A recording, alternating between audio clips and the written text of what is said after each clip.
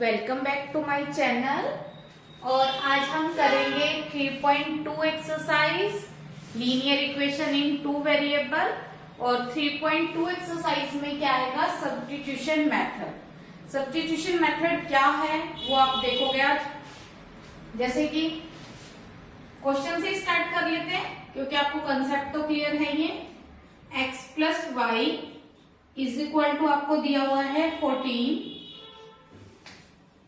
और x minus y is equal to दिया हुआ है 4। इसमें आपको टू इक्वेशंस दी होंगी, two linear equations in two variable. x और y यहाँ पर वेरिएबल है जिनकी आपको वैल्यू निकालनी है। और कौन से मेथड से, सब्स्टिट्यूशन मेथड से। सब्स्टिट्यूशन मेथड होता क्या है कि एक इक्वेशन से वैल्यू फाइंड करना और दूसरे में पुट कर देना। कैसे, देखो सबसे पहले हर एक क्वेश्चन में आप एक वैल्यू निकालोगे। जो मैंने आपको बताई थी कि फाइंड करना है, आपको पहले बताओगे आप यूनिक सॉल्यूशन है या इनफाइनाइट मैनी सॉल्यूशन है या नो सॉल्यूशन है। उससे आप फाइंड करके पहले एक बार क्लियर कर दो कौन सा सॉल्यूशन इस इक्वेशन का बन रहा है। जैसे आप पहले निकालो a1 bye a2, 1 bye 1, b1 bye b2 कितना है 1 और -1, तो -1। तो a1 bye a2 not equal है b1 बाय b2। तो लिख दो इसको, कौन सा सॉल्यूशन आएगा, यूनिक सॉल्यूशन। ये उसने पूछा नहीं है पर ये करने से आपके लिए इजी क्वेश्चन हो जाएगा। आप इजीली उसको फाइंड कर पाओगे क्योंकि आपको इतनी चीज क्लियर हो गई कि उसका यूनिक सॉल्यूशन होगा। कई बार ऐसे क्वेश्चनों में इनफाइनाइट मैनी सॉल्यूशन भी हो सकते हैं या नो सॉल्यूशन भी हो सकता है। तो पहले आप यहां से इतना सा पार्ट करने से आप क्लियर कर लो कि इन इक्वेशंस का कैसा सॉल्यूशन है। तो ये इक्वेशंस कैसा सॉल्यूशन रखती हैं, यूनिक सॉल्यूशन। अब इससे आगे आएगा सब्स्टिट्यूशन मेथड क्या है। आपने क्या करना है, जो हमारे पास दो इक्वेशंस दिए हैं उनको इक्वेशन फर्स्ट और इक्वेशन सेकंड का नेमिंग कर लेना है। अब आप क्या करोगे, कोई भी एक इक्वेशन ले लो, फर्स्ट इक्वेशन या सेकंड इक्वेशन, उसमें एक वेरिएबल को दूसरे के ऊपर डिपेंड करवा दो। कैसे, जैसे मान लो हमने फर्स्ट इक्वेशन ले ली। फर्स्ट इक्वेशन क्या है मेरे पास, x plus y is equal to 14। कौन सी इक्वेशन है ये, फर्स्ट। अब इसमें x या y को, अगर x की वैल्यू निकाल रहे हो तो वो किस पर डिपेंड कर जाएगी, y पर। कैसे, y को इक्वल के दूसरी तरफ ले जाओ, 14 माइनस वाई हो गया। इसको नेमिंग कर दो थर्ड इक्वेशन का, क्योंकि फर्स्ट इक्वेशन पहले से थी, सेकंड भी पहले से थी। अब इसमें जो फर्स्ट इक्वेशन में थोड़ा सा चेंज किया हमने, x को y के ऊपर डिपेंड करवा दिया, तो इस इक्वेशन को हमने क्या ले लिया, थर्ड इक्वेशन। तो ये इक्वेशन फाइंड किससे हुई है, फर्स्ट से। फर्स्ट इक्वेशन से हमने इसको फाइंड किया थर्ड इक्वेशन को। तो आप इस वैल्यू को पुट किस में करोगे, सेकंड में, क्योंकि फर्स्ट में पुट करोगे वहां से तो दोनों साइड इक्वल हो जाएगी, उससे कोई सॉल्यूशन नहीं निकलेगा। आपने क्या करना है, जिस इक्वेशन से इसको बनाया है उसमें पुट नहीं करना, जो दूसरी इक्वेशन बच गई उसमें पुट करो। मतलब x की वैल्यू जो 14 माइनस वाई आई है उसको आप किसमें पुट करोगे, सेकेंड इक्वेशन में। तो हम लिखते हैं put x is equal to 14 minus y in equation second, क्योंकि फर्स्ट से तो उसको हमने फॉर्म किया है, फर्स्ट इक्वेशन से ही वो थर्ड इक्वेशन बनी है। तो इनको छोड़कर बाकी कौन सी इक्वेशन बची, सेकंड। तो इस वैल्यू को आप सेकंड इक्वेशन में पुट कर दोगे। सेकंड इक्वेशन है क्या, x minus y is equal to 4। अब x की वैल्यू क्या पुट करनी है, 14 माइनस वाई, x की जगह पे पुट कर दिया हमने 14 माइनस वाई, ये वाला y as it is equal to 4। अब ये क्या हुआ, minus y minus 2y is equal to 4, और 14 यहाँ प्लस का इधर आएगा तो माइनस का, minus 2y is equal to minus का 10। तो y की वैल्यू कितनी आ जाएगी हमारे पास, 10/2 और y की वैल्यू कितनी आ गई 5। यहां से हमने y की वैल्यू निकाल ली। अब इस y की वैल्यू को आप किसी भी इक्वेशन में पुट कर सकते हो, वहां से किसकी वैल्यू आ जाएगी x की वैल्यू। तो मैं इजी करने के लिए इसको करती हूँ, y की वैल्यू को थर्ड इक्वेशन में ही पुट कर देती हूँ। Put y is equal to 5 in equation third, क्योंकि उसमें हमें क्या करना होगा, लेफ्ट राइट सोल्व करने की नीड नहीं है, सिर्फ हम y के प्लेस पर वैल्यू पुट करेंगे और x की वैल्यू आ जाएगी। क्या थी third equation, x is equal to 14 minus y, तो 14 माइनस वाई की वैल्यू कितनी आई है 5, तो x की वैल्यू कितनी आ गई 9। तो क्या मिला हमें, x की वैल्यू 9 और y की वैल्यू 5, ये मिल गया हमें इसका आंसर। समझ में आया, थोड़ा सा तो क्लियर हुआ होगा आपको कि सब्स्टिट्यूशन मेथड है क्या, कि x को y पर डिपेंड करा दो या y को x पर डिपेंड करा दो, और जिस इक्वेशन से उसको आपने फॉर्म किया है उसमें पुट नहीं करना, जो दूसरी इक्वेशन बच गई उसमें पुट कर देना। तो वहां से हमारे पास x या y की एक की वेरिएबल की वैल्यू आ जाएगी और दूसरे वेरिएबल की वैल्यू आप इजीली फाइंड कर सकते हो। क्लियर हुआ, थोड़ा सा करो नोट डाउन।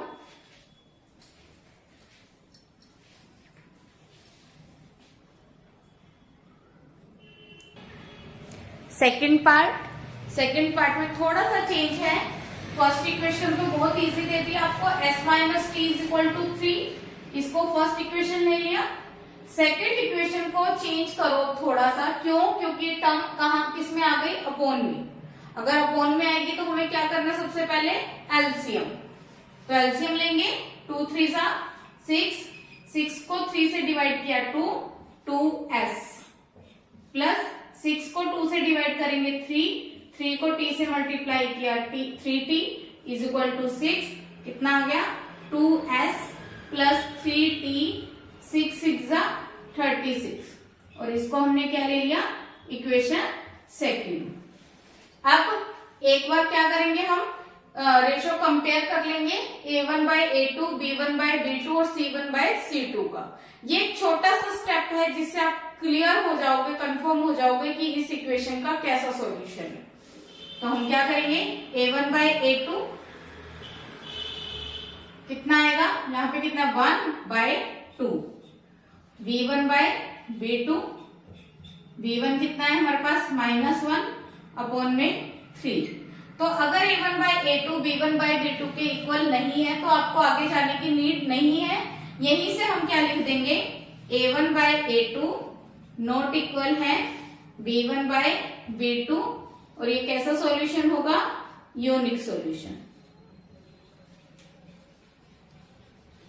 इसके बाद सब्स्टिट्यूशन मेथड, क्या था सब्स्टिट्यूशन मेथड, कि आपने ये जो दो इक्वेशन है इनमें से कोई एक इक्वेशन लेनी है और उसमें एक वेरिएबल को दूसरे वेरिएबल पर डिपेंड करा देना। कैसे, फर्स्ट इक्वेशन क्या दी हुई है हमारे पास, इसी से ले लेते हैं, s minus t is equal to 3। तो ये कौन सी इक्वेशन थी, फर्स्ट, और यहां से s की वैल्यू कितनी आ गई 3, माइनस का t इधर गया, प्लस का t, और जो इसको चेंज हुआ थोड़ा सा उसको हमने इक्वेशन को क्या ले लिया, थर्ड। अब यहाँ पे देखो ये फर्स्ट इक्वेशन है और फर्स्ट से कौन सी इक्वेशन बनाई हमने, थर्ड। तो यहाँ पर मिसिंग कौन सी है, सेकेंड इक्वेशन, मतलब s की वैल्यू को हम किस में पुट कर देते हैं, सेकेंड इक्वेशन में। हम क्या लिखेंगे, put s is equal to कितना 3 plus t in equation second. पहले सेकेंड इक्वेशन लिख दें, क्या थी equation, 2s plus 3t is equal to 36, 2s की वैल्यू कितनी है 3 प्लस t, ये प्लस में जो 3t था ये as it is equal to 36, 2 को अंदर मल्टीप्लाई करें, 2 3 जा 6 plus 2t plus 3t is equal to 36, 2t और 3t कितना हो गया 5t, 36, 6 प्लस का इधर आएगा तो माइनस का 5t इज इक्वल टू 30 और t की वैल्यू कितनी आ जाएगी 30/5 तो t की वैल्यू कितनी आ गई 6। अब t की वैल्यू हमने फाइंड कर ली।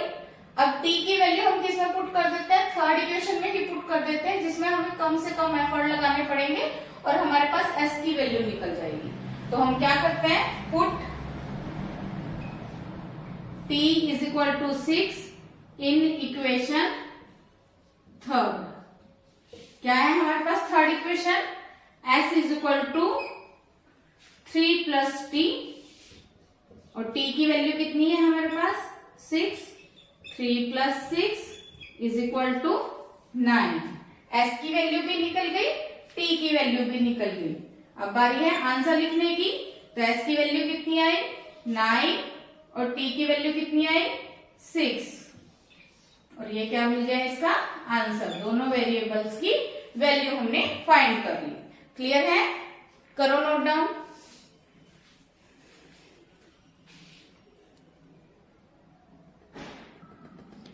अब फर्स्ट क्वेश्चन का थर्ड पार्ट। अब जो जहां पे हम रेशियो कंपेयर कर रहे थे, अब आपको उसका बेनिफिट पता चलेगा कि हमने ऐसा क्यों किया और किया तो ठीक किया। देखो अब दो इक्वेशन दी है, फर्स्ट इक्वेशन सेकंड इक्वेशन। अब देखो इसके भी रेशियो कंपेयर करना, a1/a2 करेंगे 3/9 कट करके 1/3, b1/b2 -1/-3 कट करके ये भी 1/3। जब दोनों इक्वल है तो थर्ड पर भी जाएंगे हम, c1/c2 3/9 और ये भी कट करके 1/3। अब ये देखो इसका मतलब क्या हुआ कि a1/a2 इक्वल है b1/b2 और ये भी इक्वल है c1/c2 की। और अगर ऐसी कोई कंडीशन होती है जिसमें तीनों रेशियो इक्वल आते हैं तो उसको हम क्या बोलते हैं, it has infinite many solution. It has infinite many solution.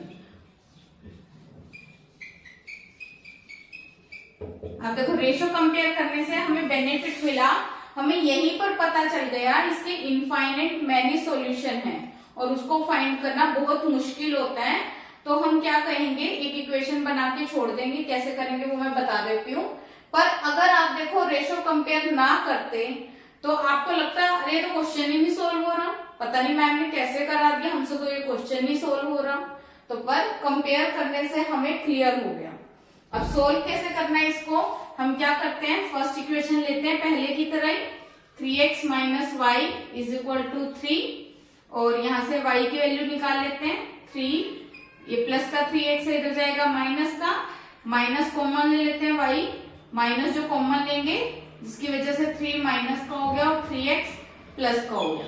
बस इसको यहीं पर छोड़ देंगे और यहाँ पे हम, क्योंकि इसके इनफाइनाइट मैनी सॉल्यूशन है, जितनी ही हम x की वैल्यूज रखते चले जाएंगे y की वैल्यू उसी के अकॉर्डिंग आती चली जाएंगी। तो हम क्या कर सकते हैं, इसके हम मैनी सॉल्यूशंस फाइंड कर सकते हैं। कैसे, x की अपने आप से वैल्यूज पुट कर करके, क्योंकि इसका सॉल्यूशन क्या आ रहा है, it has infinite many solution. सिर्फ हम यूनिक सॉल्यूशन को फाइंड कर सकते हैं। यूनिक सॉल्यूशन मतलब उनकी कोई दो यूनिक वैल्यूज है, x की और y की, उनको हम फाइंड कर सकते हैं। पर इसके तो इनफाइनाइट मैनी सॉल्यूशन, आप कौन कौन से सॉल्यूशन को आप फाइंड करोगे। तो सिर्फ हम यहाँ पर इक्वेशन बनाकर छोड़ देंगे और ये लिख देंगे कि जो y की वैल्यू है वो किस पर डिपेंड कर रही है, x पर। मतलब x की हम जितनी वैल्यूज पुट करते चले जाएंगे उतनी हमें y की वैल्यू भी फाइंड होती चली जाएंगी। क्लियर है, करो नोट डाउन।